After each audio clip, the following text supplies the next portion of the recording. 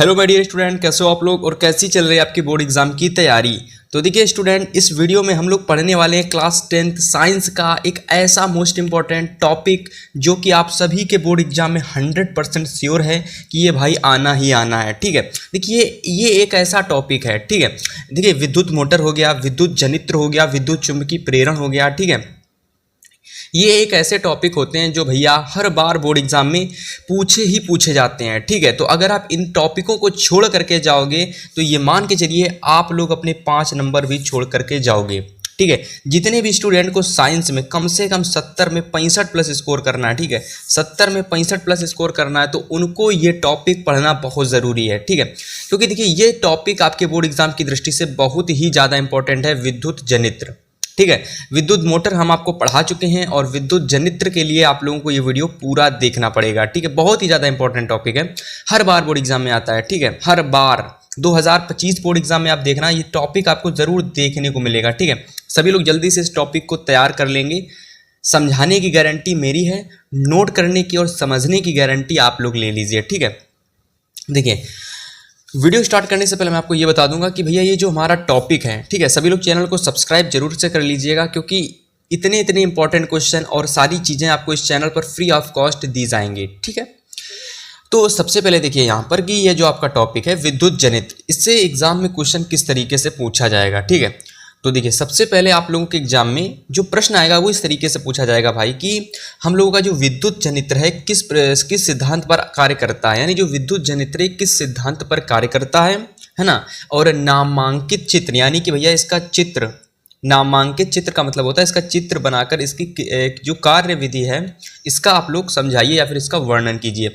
First तरीका तो ये है, क्वेश्चन इस तरीके से पूछा जा सकता है। ठीक है, इसके बाद देखिए दूसरा तरीका, क्वेश्चन को इस तरीके से पूछा जा सकता है क्योंकि एग्जामिनर है वो क्वेश्चन को बदल करके भी पूछ सकता है, क्योंकि आपके माइंड को उसको डाइवर्ट करना है। ठीक है, तो क्वेश्चन इस तरीके से आ सकता है कि प्रत्यावर्ती जनित्र किस सिद्धांत पर, ठीक है, किस सिद्धांत पर कार्य करता है। ठीक है, किस सिद्धांत पर कार्य करता है ये बताइए, और नामांकित चित्र बना करके इसकी कार्य विधि का आपको क्या करना है, वर्णन करना है, यानी कार्य विधि को समझाना है। तो बहुत ही ज़्यादा इंपॉर्टेंट टॉपिक है और इस टॉपिक को समझने के लिए पूरी वीडियो को देख लीजिए, पूरा टॉपिक आपका क्लियर हो जाएगा। ठीक है, चलिए तो देखिए सबसे पहले मैं आपको बताऊंगा कि विद्युत जनित्र को समझने के लिए सबसे पहले आपको इसके फिगर की ओर ध्यान देना पड़ेगा। ठीक है, इसका फिगर आप देख लीजिए, बहुत ही ज़्यादा इंपॉर्टेंट टॉपिक है, 100% आपके एग्जाम में क्वेश्चन ये जरूर पूछा जाएगा। ठीक है, चलिए आप लोग स्क्रीनशॉट ले लीजिए, फिर मैं आपको बताता हूँ कि आप लोगों को किस तरीके से इसको समझना है। देखिए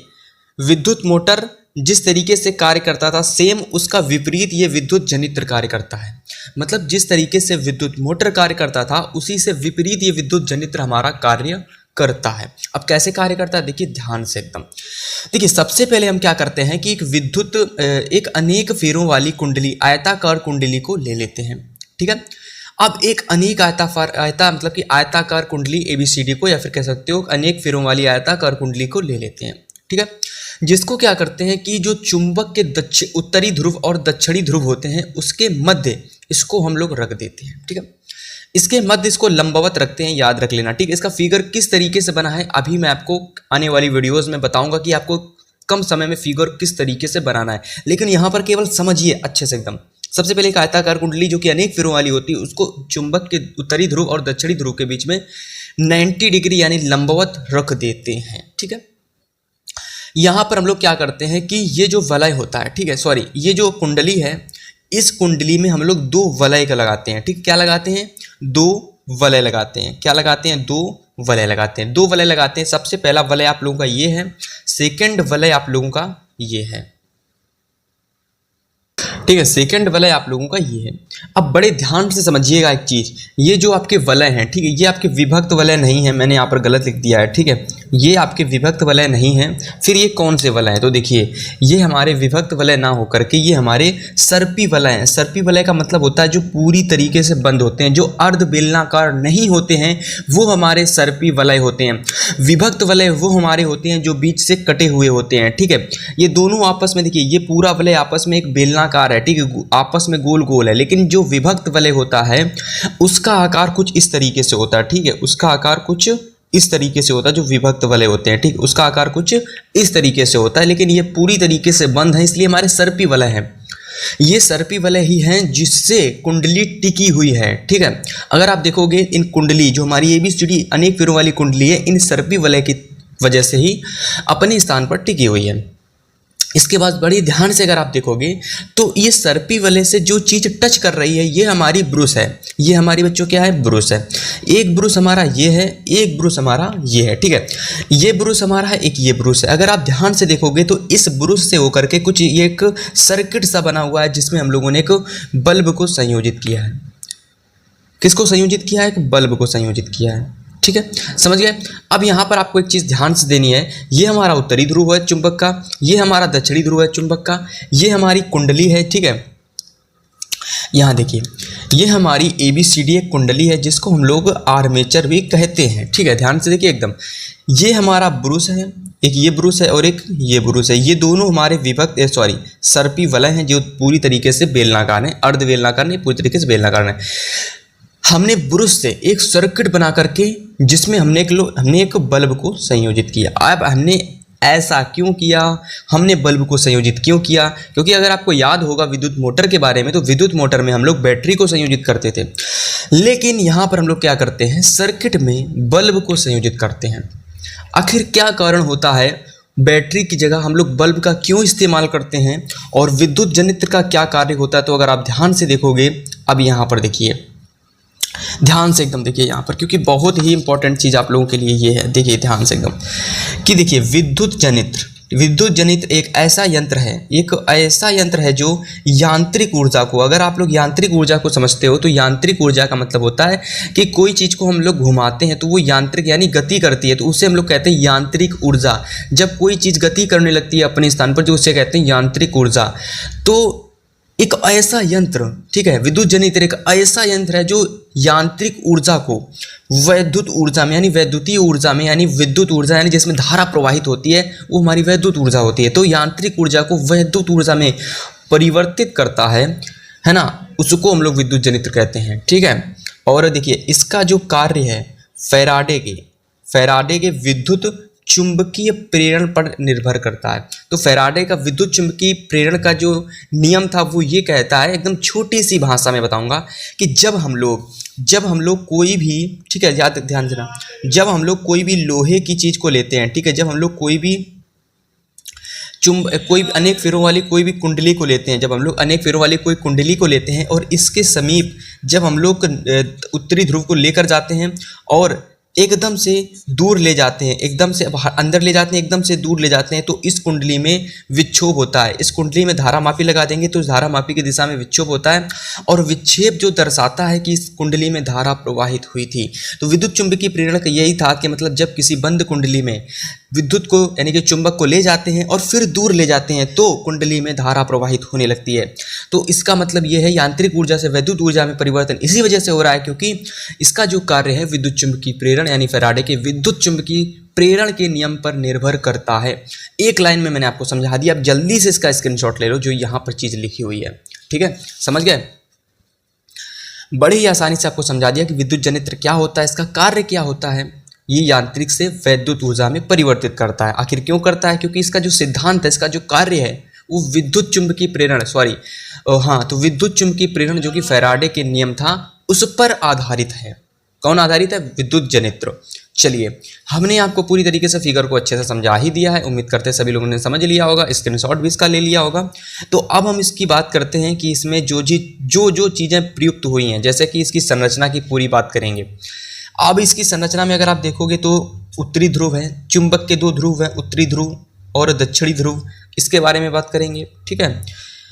कुंडली के बारे में बात करेंगे और देखिए हम लोग बात करेंगे ब्रुश के बारे में और सर्पी वलय के बारे में। सारी की संरचना को अच्छे से डिटेल से समझेंगे ताकि आपको एग्जाम में पूरे नंबर मिले, ठीक है। तो चलिए संरचना बताते हैं आपको कि इसकी संरचना में क्या क्या है। लेकिन संरचना समझने से पहले स्टूडेंट आप लोगों को जो हम बताएंगे इसका सिद्धांत, क्योंकि अगर आपने क्वेश्चन पढ़ा होगा तो क्वेश्चन में सिद्धांत भी पूछा जाता है, ठीक है। मैंने आपको शुरुआत में बताया था कि क्वेश्चन में सिद्धांत भी पूछा जाता है। अगर आपने ध्यान से देखा होगा तो क्वेश्चन में लिखा हुआ था कि विद्युत जनित्र किस सिद्धांत पर कार्य करता है वो बताइए, चित्र बताइए और चित्र के प्रयोग मतलब प्रत्येक भाग को समझाइए, इसकी पूरी कार्यविधि को समझाइए। ठीक है, तो चलिए सिद्धांत को इसके समझते हैं कि सिद्धांत आखिर क्या है।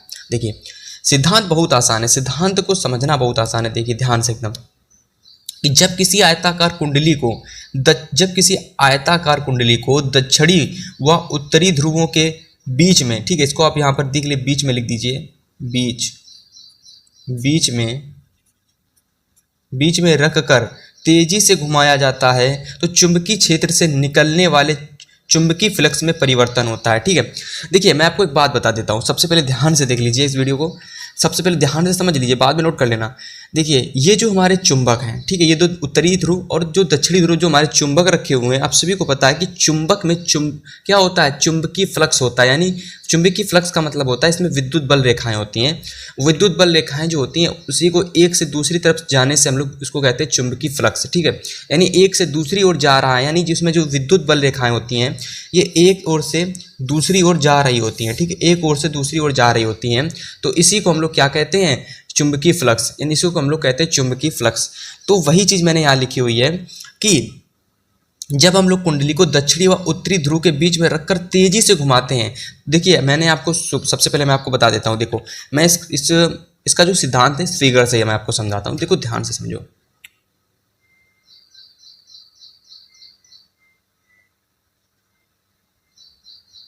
देखो इसके फिगर से मैं अगर मैं आपको समझाऊं तो देखो, जब किसी आयताकार कुंडली को उत्तरी ध्रुव और दक्षिणी ध्रुव के बीच में रखकर तेजी से घुमाया जाता है, बाहरी किसी यंत्र द्वारा या फिर बाहर किसी भी चीज द्वारा तेजी से घुमाया जाता है, तो क्या होता है, तो होता यह है कि ये जो ध्रुव हैं इसकी जो विद्युत बल रेखाएं होती हैं, ठीक है, इसे चुंबकीय फ्लक्स होता है। तो इसके चुंबकीय फ्लक्स में परिवर्तन के कारण इसमें एक विद्युत वाहक बल कार्य करने लगता है, विद्युत वाहक बल कार्य करने लगता है तथा इसमें एक प्रेरित विद्युत धारा उत्पन्न हो जाती है और वो प्रेरित विद्युत धारा इसमें कुंडली में बहने लगती है।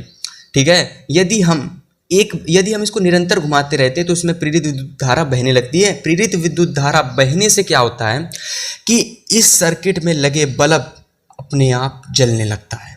ठीक है, बस इतना इसका सिद्धांत है। देखिए जब किसी आयताकार कुंडली को दक्षिणी ध्रुव और उत्तरी ध्रुव को बीच में रखकर तेजी से घुमाया जाता है तो चुंबकीय क्षेत्र में निकलने वाले चुंबकीय फ्लक्स में परिवर्तन होता है। ठीक है, जिसके कारण कुंडली प्रेरित विद्युत वाहक जिस प्रकार कुंडली में प्रेरित विद्युत वाहक बल कार्य करने लगता है तथा एक प्रेरित विद्युत धारा का प्रवाह होने लगता है, समझ लीजिए।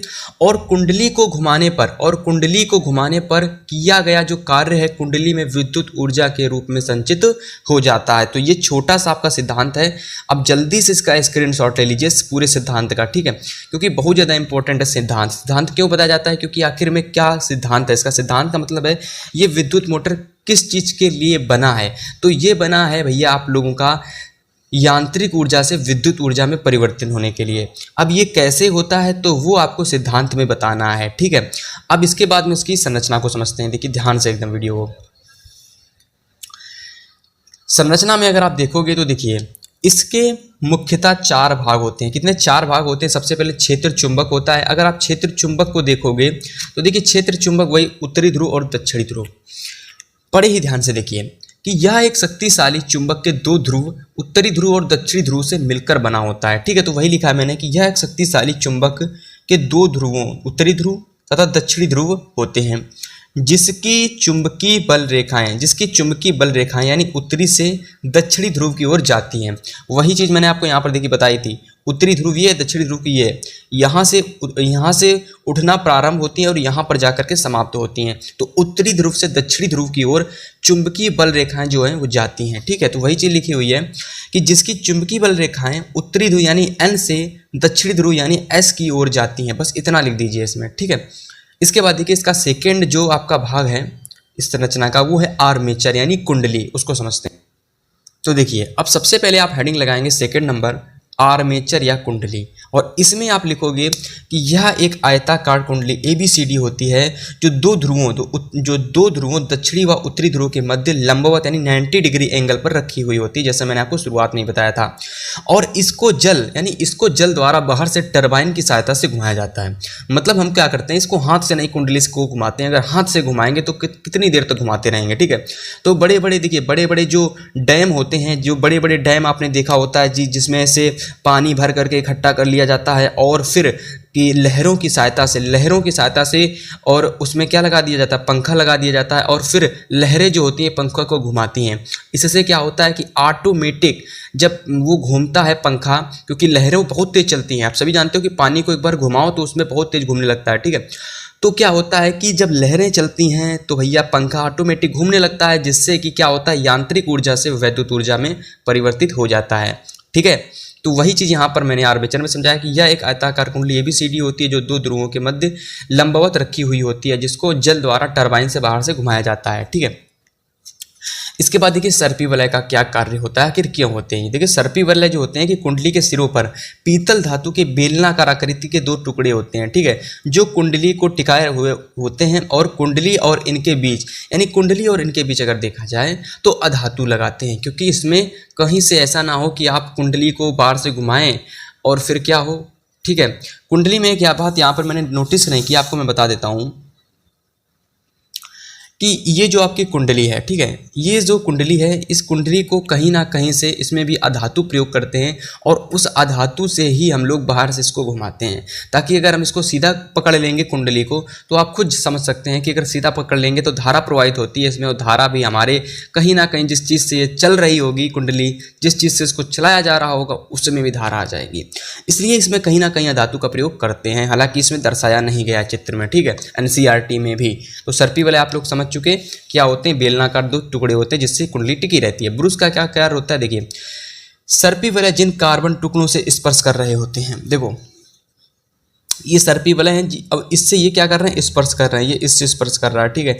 तो सर्पी वलय जिन कार्बन टुकड़ों से स्पर्श कर रहे होते हैं उन्हें हम लोग ब्रूस कहते हैं। इसमें एक ब्रूस X, अब आप लोग इसको नाम भी दे सकते हो, ठीक है, ये हमारा X हो गया, ठीक है, ये हमारा X हो गया और ये हमारा Y हो गया। अब इसको नाम भी दे सकते हो X Y। तो इसमें ब्रूस X होता है, दूसरा आप लोगों का ब्रूस Y होते हैं, जिसमें और इससे परिपथ में एक बल्ब को संयोजित कर देते हैं, जैसा कि मैंने आपको बताया ही था, ठीक है। इतना समझ गए आप लोग। तो पूरी संरचना के जो भी ब्रूस थे, सर्पी वलय थे, ठीक है, आर्मेचर थी, कुंडली थी, जो भी चीज़ें थी, ठीक है, और सभी के बारे में, क्षेत्र चुंबक के बारे में, सभी के बारे में मैंने आपको पढ़ाया, ठीक है। अब हम बात करते हैं इसकी क्रिया विधि के बारे में, यानी इसकी कार्य विधि के बारे में, जो कि मोस्ट इंपॉर्टेंट है। अगर आप इतनी चीजें लिख दोगे तो फुल मार्क्स आपको इस पूरे क्वेश्चन में मिल जाएंगे।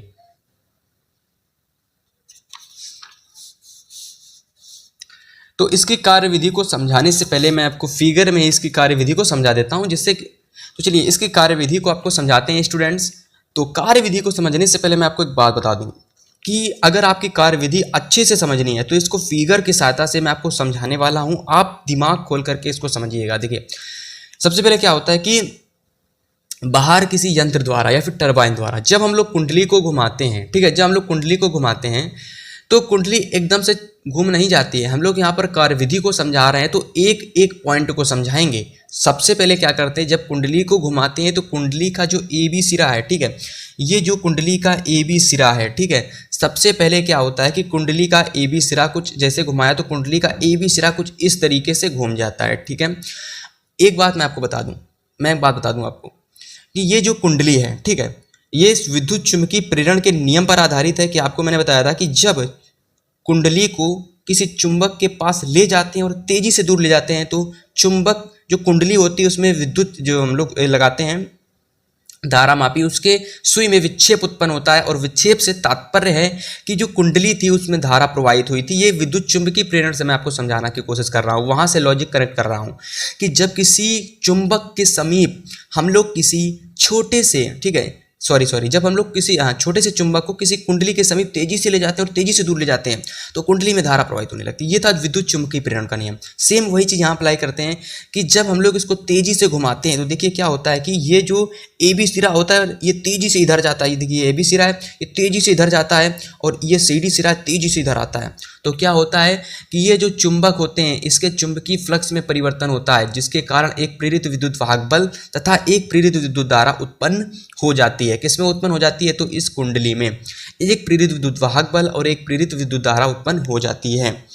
जब ये एक AB सिरा उत्तरी ध्रुव की ओर होता है तो इसमें AB पर ऊपर की ओर धारा प्रवाहित होने लगती है और जब BC पर, चूंकि आप सभी जानते हो कि BC पर धारा इधर साइड प्रवाहित होगी क्योंकि कुंडली कुछ इस तरीके से है, ठीक है। अब जैसे ही CD जो सिरा होता है इसमें नीचे की ओर धारा प्रवाहित होती है। क्यों? क्योंकि ये दक्षिणी ध्रुव की ओर होता है, तो इसमें धारा CD की ओर प्रवाहित होती है। अब जैसे ही ये अर्धचक्र अपना पूरा कंप्लीट करता है, ठीक है, जैसे ही ये कुंडली अपनी अर्धचक्र पूरा कंप्लीट करती है तो ये CD सिरा इस उत्तरी ध्रुव की ओर आ जाता है। अब देखिए ना, AB अभी इधर साइड है, इसको घुमाएंगे आधा तो ये अब AB इधर चला जाएगा, CD इधर आ जाएगा। तो जब CD सिरा उत्तरी ध्रुव की ओर आता है तो इसमें फिर धारा ऊपर की ओर प्रवाहित होने लगती है और इस AB सिरे में धारा नीचे की ओर प्रवाहित होने लगती है। इससे तात्पर्य ये है कि भैया अगर धारा एक ही ओर प्रवाहित होगी तो धारा इस बल्ब तक पहुंच ही नहीं पाएगी, ठीक है, वो धारा आपस में मिल जाएगी। लेकिन जब हम उत्तरी ध्रुव दक्षिणी ध्रुव को लेते हैं और कुंडली को घुमाते हैं तो धारा क्या होती है, धारा की दिशा बदलती रहती है, जिससे कि क्या होता है कि धारा निरंतर यहाँ जाती है, फिर आती है, फिर जाती है और फिर आती है, और इस तरीके से धारा का आना जाना बना रहता है और इस तरीके से जो बल्ब होता है वो जलता रहता है और इस तरीके से यांत्रिक ऊर्जा से विद्युत ऊर्जा हमारी प्राप्त होती रहती है। तो वही चीज़ यहाँ पर मैंने क्रियाविधि में समझाने की कोशिश की है कि जब बाहर से कुंडली को तेजी से दक्षिणावर्ती दिशा में घुमाया जाता है, दक्षिणावर्ती दिशा का समझ रहे हो कि इस दिशा में घुमाया जाता है, ठीक है, इस दिशा में घुमाया जाता है, तो AB सिरा कुंडली की ऊपर की ओर है और CD सिरा नीचे की ओर है, गति करता है। तो फ्लेमिंग के, देखिए अब यहाँ पर बहुत इंपॉर्टेंट चीज़ लिखी हुई, फ्लेमिंग के, ठीक है, बहुत इंपॉर्टेंट चीज़ लिखी हुई है, फ्लेमिंग के दाएं हाथ के नियमानुसार, दाएं हाथ के नियमानुसार विद्युत बल रेखाओं की दिशा N से S की ओर है। तब AB पर जो धारा है वो ऊपर की ओर, ठीक है, और CD पर जो धारा है वो नीचे की ओर, ठीक है, प्रवाहित होगी। और ये धारा ब्रुश X से, देखो ब्रुश X से, देखो धारा यहाँ से जो है बहना स्टार्ट हुई और यहाँ ब्रुश Y से होते हुए X से वापस आ जाती है। परंतु इस बार देखो, अगर आप देखोगे ध्यान से तो परंतु इस बार कुंडली का AB जो सिरा है मतलब कि दक्षिणी ध्रुव की ओर आ चुका है। मैंने जैसा आपको शुरुआत में बताया था कि ये AB सिरा दक्षिणी ध्रुव की ओर जाता है और CD सिरा उत्तरी ध्रुव की ओर चला जाता है। तो AB सिरा दक्षिणी ध्रुव तथा CD सिरा उत्तरी ध्रुव की ओर चला जाता है, जिससे क्या होता है कि धारा की दिशा AB पर नीचे की ओर, CD की ओर ऊपर की ओर प्रवाहित होगी। और यदि कुंडली का निरंतर घुमाते रहेंगे तो प्रेरित विद्युत धारा निरंतर स्वतः के लिए निरंतर प्रवाहित होती रहेगी। तो बस ये छोटा सा आप लोगों का क्या था, क्रियाविधि थी। अगर आप लोगों ने छोटी सी क्रियाविधि को, अगर मैंने जो शुरुआत में समझाया था इस फिगर की सहायता से उसको समझ लिया है और बाद में इसकी चीज़ को स्क्रीनशॉट ले लिया है, तो इतना काम कर लीजिए। अगर एक बार समझ में नहीं आया तो वीडियो को दोबारा देख लेना, क्योंकि ये वीडियो ज़्यादा लंबी है नहीं। अगर आप 1 घंटा इस टॉपिक को समझने के लिए दे दोगे तो पूरी मेरी गारंटी है कि जीवन भर इस टॉपिक को आप नहीं भूलोगे, ठीक है। तो चलिए, इस वीडियो में मैंने जो चीज़ आपको समझाई है उस चीज़ को उम्मीद है सभी लोग बहुत अच्छे से कनेक्ट करेंगे, नोट्स बनाएंगे इसका और 1 से 2 बार वीडियो को जरूर देखेंगे, क्योंकि आपको ये पूरा टॉपिक समझना है, मोस्ट इंपॉर्टेंट है आपके एग्जाम के लिए, ठीक है। तो चलिए मिलेंगे आपसे नेक्स्ट वीडियो में और भी इंपॉर्टेंट टॉपिक के साथ। इस चैनल पर आपको मोस्ट इंपॉर्टेंट टॉपिक ढेर सारे देखने को मिलेंगे, तो चैनल को सब्सक्राइब करके बेल नोटिफिकेशन को ऑन कर लेना। मिलेंगे नेक्स्ट वीडियो में, तब तक के लिए good bye and good luck.